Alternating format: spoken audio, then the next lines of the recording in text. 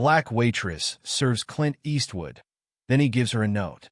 Reading it, what happens next surprises everyone. We dream of reaching 1,000 followers by the end of February. Subscribe and be part of our dream too. Thank you. The soft hum of the jukebox filled the air, blending with the clatter of dishes and the distant chatter of late-night customers. It was just another shift from Maya Johnson, a young black waitress who had worked at Earl's Diner for nearly 3 years.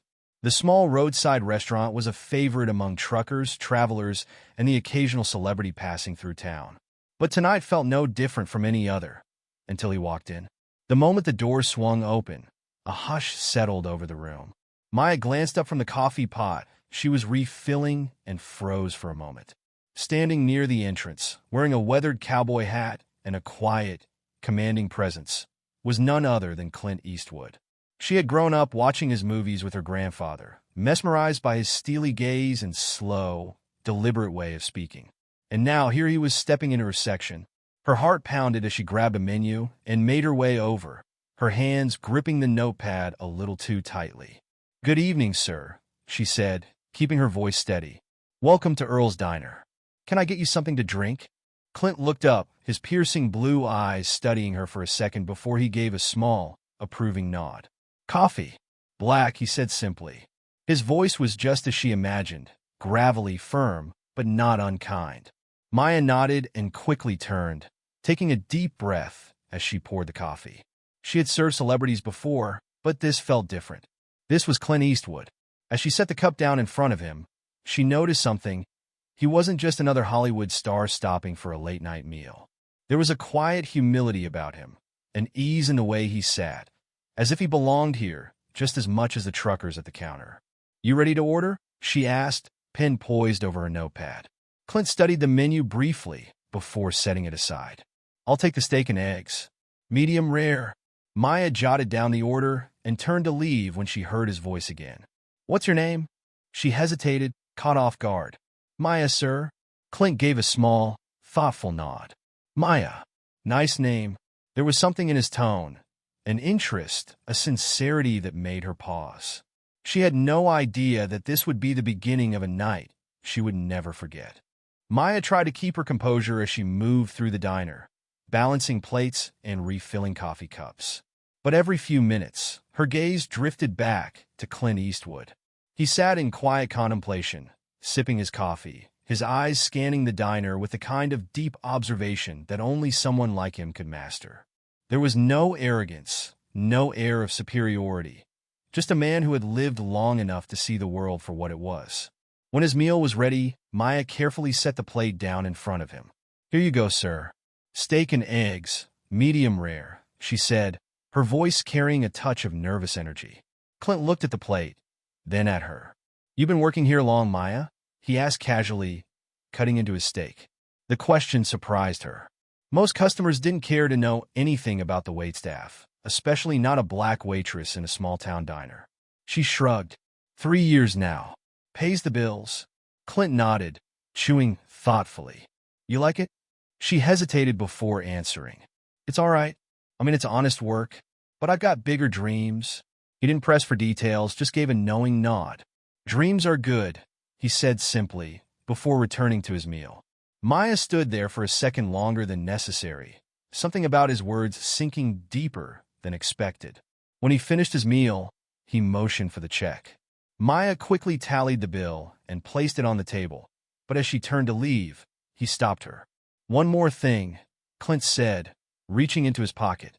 He pulled out a pen, flipped the receipt over, and began writing. Maya watched as he scribbled something, his brow furrowed in concentration.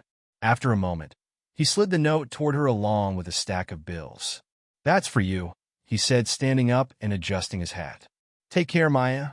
She watched him leave, the sound of his boots against the diner floor fading into the night. When she finally looked down at the note, her hands trembled. The message was short, but it made her heart pound in her chest. "Don't ever stop chasing your dreams. You're worth more than you know, Clint." And beneath it, something even more shocking, a $10,000 tip. Maya's breath hitched as she stared at the note, her hands shaking. $10,000.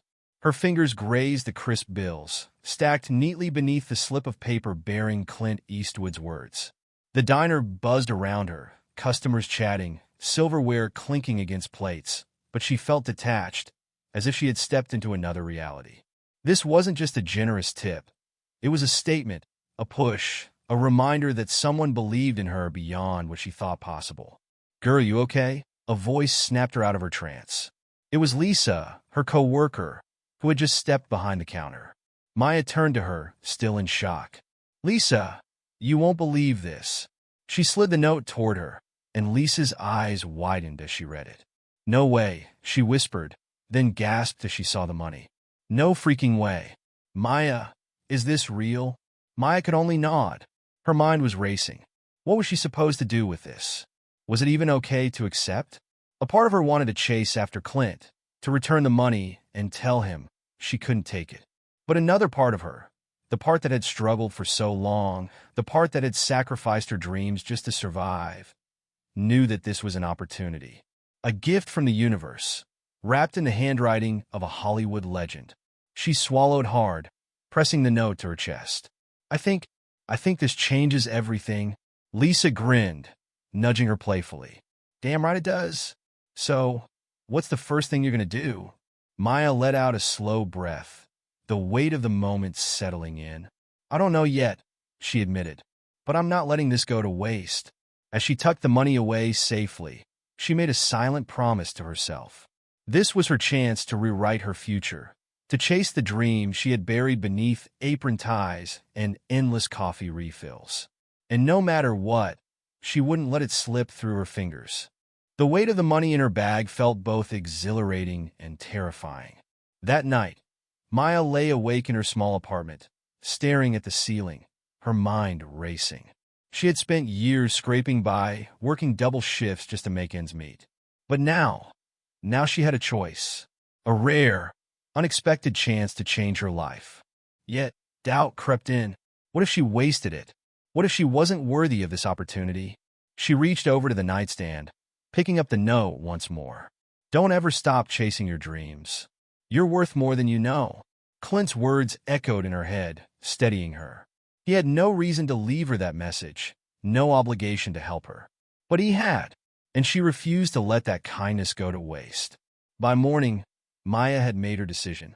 She wasn't going to blow the money on temporary pleasures. She was going to invest in herself. She pulled out her laptop and began researching. For years, she had dreamed of opening her own cafe. Something small, personal, a place where people could gather and feel at home. But dreams required money, and she had always pushed the idea aside as impossible. Now, for the first time, it wasn't. She spent hours making calls, taking notes, and outlining a plan. By the time her shift at the diner rolled around that evening, she felt different, more determined, more alive. As she tied her apron, Lisa leaned against the counter, smirking. "You look like a woman with a plan." Maya grinned, her heart lighter than it had been in years. "That's because I am." She wasn't just working for survival anymore. She was working for her future. For the first time in years, Maya walked into Earl's diner with a purpose beyond just making it through another shift. The money Clint Eastwood had left her wasn't just a tip. It was a lifeline, a push toward the future she had always dreamed of. As she refilled coffee cups and took orders, her mind raced with possibilities. She had spent the past few nights researching everything she needed to know about starting a cafe: location costs, business permits, suppliers. It was overwhelming, but for the first time, overwhelming felt good. During her break, she pulled out a notebook filled with scribbled ideas. Lisa peeked over her shoulder, sipping her soda. "You really doing this, huh?" she asked, raising an eyebrow. Maya nodded, excitement bubbling in her chest. "I am. I don't know how long it'll take, but I'm starting." I found a small space for Lisa a few blocks from here. It's nothing fancy, but it's got potential. Lisa grinned. "Damn, girl. From slinging hash browns to owning a cafe? That's what I call an upgrade." Maya laughed, shaking her head. "It's going to take work. A lot of work. But if I don't do this now, I never will." The thought sent a shiver down her spine. How many times had she told herself she would chase her dreams one day? How many times had she put herself last? The moment her shift ended, She headed straight for the small space she had found. The building was old, the windows dusty, but when she stepped inside, she could already see it. Warm lighting, the smell of fresh coffee, walls lined with books and local artwork. A place where people could gather, where she could serve something more than just food. Hope, comfort, home. She ran her fingers along the empty counter, her heart pounding. This is it. This was the beginning of something real. Maya stood in the middle of the empty cafe space, her heart pounding. The building was old, the floors scuffed, and the counter needed a serious makeover. But to her, it was perfect. It was hers, or at least it would be. The only thing standing between her and her dream was turning this space into something real. The next day, she met with the landlord, a no-nonsense older woman named Mrs. Whitaker. "You sure about this, young lady?" she asked, flipping through the lease papers. Running a cafe is no small feat. Maya swallowed her nerves and nodded. "I'm sure. I've worked in food service for years. I know it won't be easy, but this is what I want." Mrs. Whitaker studied her for a long moment before finally nodding. "All right. First and last month's rent up front, plus a deposit. You get 6 months to make it work. After that, the rent goes up." Maya's stomach tightened, but she didn't hesitate. "Deal?" She signed the papers, her hands steady. It was happening. No more one day. No more waiting.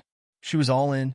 With the keys in her hand, she stood outside the cafe, staring at the door. Lisa had insisted on coming along for moral support. "Girl, I can't believe you just did that," she said, shaking her head in awe. Maya exhaled, her grip tightening around the keys. "Neither can I." Then, with a deep breath, she unlocked the door and stepped inside. This wasn't just a dream anymore. This was real, and there was no turning back. Maya spent the next few weeks pouring everything she had into transforming the cafe. Every spare moment outside of her shifts at Earl's Diner was spent scrubbing floors, repainting walls, and envisioning the warmth and vibrancy she wanted the space to hold. The $10,000 Clint Eastwood had left her was a start, but it wasn't enough to cover everything. She had to be smart, stretch every dollar, find secondhand furniture, and rely on community goodwill. Lisa, true to her word, was there every step of the way. "Okay, so I found a guy on Facebook Marketplace selling cafe tables for cheap," she said one afternoon, balancing her phone in one hand and a paintbrush in the other. "They're a little banged up, but with a fresh coat of paint, they'll look brand new." Maya grinned, wiping sweat from her forehead. "That's perfect. Every penny saved counts." Despite the exhaustion, something about the process filled her with energy she hadn't felt in years. Every brushstroke, every screw tightened on a chair, every minor victory, it was hers. For the first time in her life, she wasn't just working to survive. She was building something of her own. But reality soon hit. The expenses were piling up faster than she had anticipated. Permits, equipment, initial supplies. The money from Clint was running low, and the bank rejected her loan application, citing her lack of collateral. Doubt crept in late at night as she sat at her small kitchen table, running numbers that refused to add up. One evening, she stared at the cafe sign she had designed on her laptop, Maya's Place, and wondered if she had been foolish to believe this was possible. But then, she remembered Clint's note, the words that had set this all in motion. "Don't ever stop chasing your dreams. You're worth more than you know." She took a deep breath and made a decision. "If the bank won't help me, I'll find another way." With renewed determination, she grabbed her phone and started making calls. If she had to rally the entire town to make this happen, she would. Maya sat at her small kitchen table, staring at a notebook filled with numbers that refused to cooperate. She had stretched Clint's generous gift as far as she could, but unexpected costs had piled up. The permits alone had eaten up more than she anticipated, and she still needed proper kitchen equipment, supplies, and furniture. A bank loan was out of the question, and she wasn't about to go into deep debt before her doors even opened. But giving up? That wasn't an option. The next morning, she walked into Earl's Diner determined. If the traditional route wasn't working, she'd take another path. She called in every favor, reached out to every connection she had, and even started a small crowdfunding campaign. Lisa was her biggest cheerleader, sharing the campaign with anyone who would listen. People love an underdog story, she said, grinning. And you, my friend, are about to give them one hell of a reason to root for you. Word spread fast. Regulars at Earl's Diner, truckers, families, locals, pitched in what they could. A retired carpenter offered to help build shelves and tables at cost. A small bakery across town donated leftover pastries to help with the opening. Even the landlord, Mrs. Whitaker, agreed to delay the rent increase for a few extra months. Maya was overwhelmed by the kindness pouring in. She had spent so much of her life believing she was on her own, struggling to survive. But now, people were showing up for her in ways she never expected. Then something even bigger happened. Late one evening, after another long day of prep, she got a phone call from an unknown number. Maya, the deep, familiar voice on the other end, made her heart skip a beat. It was Clint Eastwood.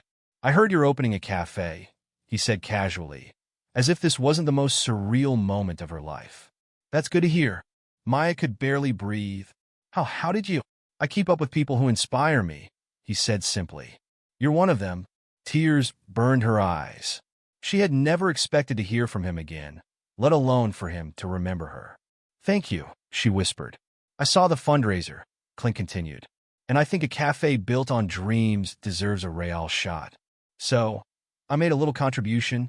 Maya's heart pounded as she pulled up her fundraiser on her phone. Her breath caught in her throat. The donation amount was $50,000. She covered her mouth, eyes wide. I don't know what to say. Clint chuckled. Say you'll open that cafe and make it great. Maya wiped her tears, her hands shaking. I will. And for the first time, she truly believed it. The next few weeks passed in a blur of final touches, sleepless nights, and an overwhelming sense of anticipation. With Clint's generous donation, Maya was able to complete renovations, purchase high-quality coffee machines, and stock up on the finest ingredients. Every corner of Maya's place now reflected her vision. Warm lighting, wooden tables with handwritten messages of encouragement, a small stage for live music, and a cozy reading nook for those who wanted to linger over their coffee. The night before the grand opening, Maya stood in the middle of the cafe, looking around in awe. This place had once been an empty space, a fading dream. Now, it was a reality, filled with the fingerprints of everyone who had believed in her. Lisa walked in, carrying a bottle of champagne. I figured we should celebrate before you get too famous, she joked, popping the cork. Maya laughed, accepting a glass. I still can't believe this is happening, she admitted. It feels like a dream.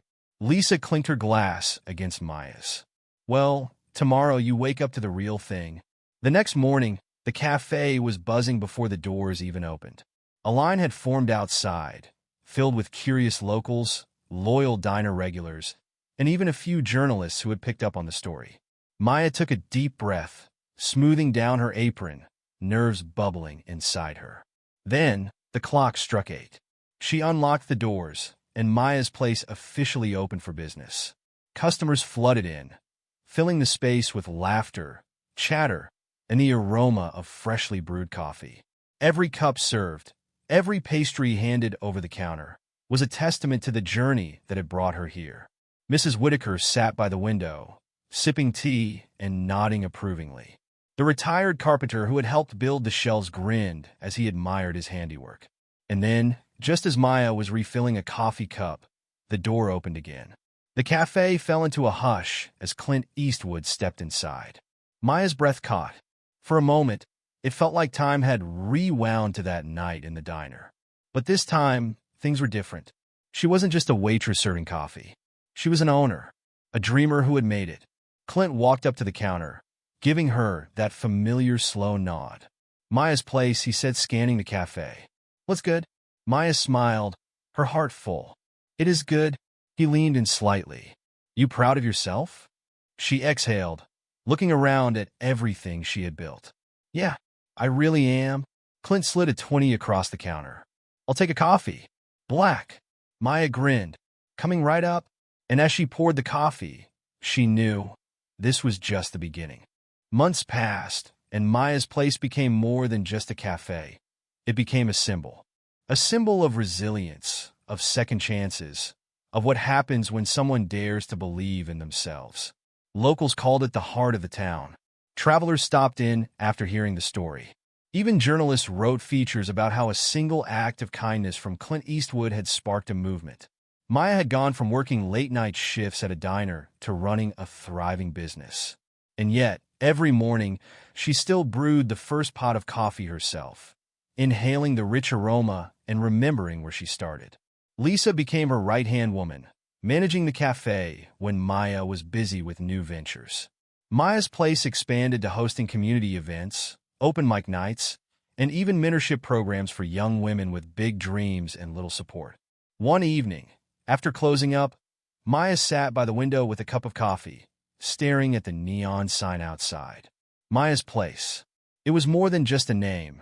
It was a reminder of the journey that had led her here. A familiar, deep voice interrupted her thoughts. "You did good, kid." She turned, and there he was, Clint Eastwood, standing in the doorway, his signature quiet presence filling the room. Maya smiled, standing up to greet him. "I had a little help." Clint nodded, his gaze sweeping over the cafe, taking in every detail. "You made something real. That's all that matters." Maya handed him a cup of coffee, black just the way he liked it. "On the house," she said. He took a sip, then gave her one of those rare, almost smiles. "Don't ever stop dreaming, Maya." She met his gaze, her heart full. "I won't." And as Clint Eastwood walked out into the night, Maya knew her story wasn't just about a tip. It was about believing, building, and never looking back.